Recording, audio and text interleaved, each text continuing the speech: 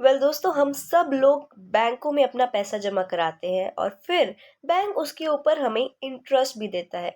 लेकिन आपने कभी सोचा है कि बैंक ये पैसा कहाँ से लाता है जो वो हमें इंटरेस्ट के तौर पे हमें दे देता है। साथ में बैंक्स को अपने एम्प्लॉयज की फीस भी देनी होती है, यानी कि उनकी सैलरीज भी देनी होती है। तो बैंक इतना पैसा लाता कहाँ से है? तो दोस्तों, आज हम इसी बारे में बात करेंगे कि बैंक सब पैसे को मैनेज कैसे करता है। हमें जो इंटरेस्ट मिलता है अपने अकाउंट्स में पैसा जमा कराने पे, वो प्लस एम्प्लॉयज की सैलरी, सब कुछ बैंक कैसे मैनेज करता है। दोस्तों, मैं इशिका राजा फिर से आपका स्वागत करती हूँ चैनल में। और आज हम बात करने वाले हैं बैंक्स के बिजनेस मॉडल के बारे में। दोस्तों, हम जब बैंक में अपना सेविंग्स अकाउंट खुलवाते हैं और उसमें पैसे जमा करते हैं, तो हमें हर साल कुछ ना कुछ इंटरेस्ट देता है बैंक। दोस्तों, जो भी पैसा आप बैंक में जमा कराते हैं, बैंक में अकाउंट खुलवा के आप जो भी पैसा जमा करते हैं, बैंक उस पैसे का यूज करता है आगे लोगों को लोन देने के लिए। जी हाँ, तो इसका मतलब ये है कि जो भी पैसा आप जाके बैंक में जमा करवाते हैं, वो बैंक में असल में रहता नहीं है। वो आगे पैसा दे देते हैं लोगों को, जो लोग लोन लेने जाते हैं, मे बी कार के लिए या घर के लिए, या जितने भी लोन होते हैं, स्टडी लोन हो गया।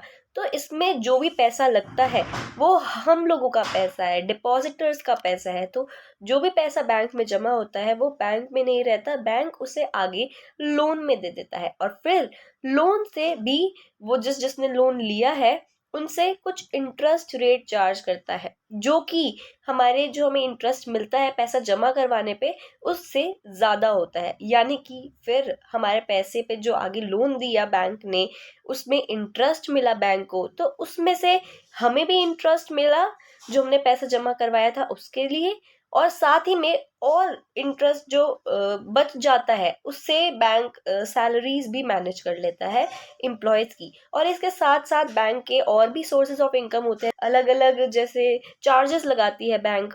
जैसे अगर हमने लोन की किश्त देने में टाइम लगा दिया तो उस पे चार्ज लगता है। तो इस तरीके के जो भी चार्जेस बैंक लगाती है अपनी सर्विसेज के लिए, जो भी चार्जेस लगते हैं, वो भी बैंक के और सोर्सेज है इनकम के। लेकिन जो मेजर सोर्स है वो लोन पे दिया हुआ इंटरेस्ट रेट ही है। लेकिन दोस्तों, फिर अब सवाल ये उठता है कि अगर बैंक के पास जो पैसा आया है, बैंक ने वो आगे लोन दे दिया और फिर हमें अपना पैसा निकालना हो बैंक में से, तो बैंक एकदम से पैसा कहाँ से लाएगा? दोस्तों, इसका सीधा सीधा जवाब ये है कि ऑब्वियसली बैंक में, किसी भी बैंक में कोई एक डिपॉजिटर नहीं है या दो डिपॉजिटर नहीं है, बहुत सारे लोग होते हैं जो पैसा डिपॉजिट करते हैं बैंक में। लेकिन फिर भी अगर ऐसा कोई सिचुएशन बन जाती है जिसमें बैंक के पास पैसा नहीं बचा है, आगे अगर किसी ने विड्रॉ करने हैं उसके लिए, तो ये बैंक्स के लिए बहुत क्रिटिकल सिचुएशन होती है। इसीलिए आरबीआई एक परसेंट डिसाइड करता है कि जितना पैसा आपके पास डिपॉजिट हुआ है उसमें से इतने परसेंट का पैसा आपको बैंक में रखना है रिजर्व, उन लोगों के लिए जिनको अपना पैसा विड्रॉ करना है। और फिर बची हुई अमाउंट आप लोन में दे सकते हैं। तो फिलहाल करंटली आरबीआई ने 4% निकाली है। ये जितना पैसा एक बैंक में डिपॉजिट होएगा उसका 4% उसको अपने पास रिजर्व रखना होगा उन लोगों के लिए जो पैसा अपना विड्रॉ करना चाहते हैं। और बाकी का पैसा जो है बैंक आगे लोगों को लोन में दे सकता है। दोस्तों, फिर भी कभी कभी ऐसी सिचुएशन आ जाती है कि बैंक बहुत सारे लोगों को लोन दे देता है और फिर एकदम से लोग विड्रॉ करने लग गए अगर पैसे, तो बैंक के पास पैसे नहीं बचते लोगों को देने के लिए। दोस्तों, यस बैंक इसका एग्जाम्पल है। यस बैंक के साथ ऐसी एक सिचुएशन पहले हो चुकी है। हालांकि अब हालात बेटर है क्योंकि गवर्नमेंट ने बहुत सारे स्टेप्स उठाए थे यस बैंक और बहुत सारे अलग बैंकों की सिचुएशन को ठीक करने के लिए।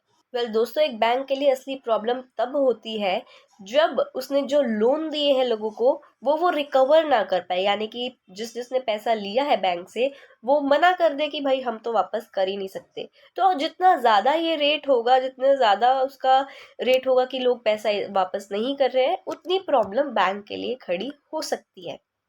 दोस्तों, साथ ही में मैं आपको बता दूं कि आप अगर अपना खुद का बैंक खोलना चाहते हैं तो आपको ज़रूरत पड़ेगी सिर्फ और सिर्फ एक अच्छी खासी अमाउंट को इन्वेस्ट करने की। और दोस्तों, ये अच्छी खासी जितनी सुनने में छोटी लगती है, ये असल में उतनी छोटी नहीं होती है। बहुत ज़्यादा अमाउंट लगती है एक बैंक को खोलने में। और साथ ही में हमें आरबीआई से परमिशन लेनी होती है। तो उसके बाद आप चाहे तो अपना खुद का बैंक खोल सकते हैं। वेल दोस्तों, चैनल को ज़रूर सब्सक्राइब करें, वीडियो को लाइक और शेयर करना ना भूलें।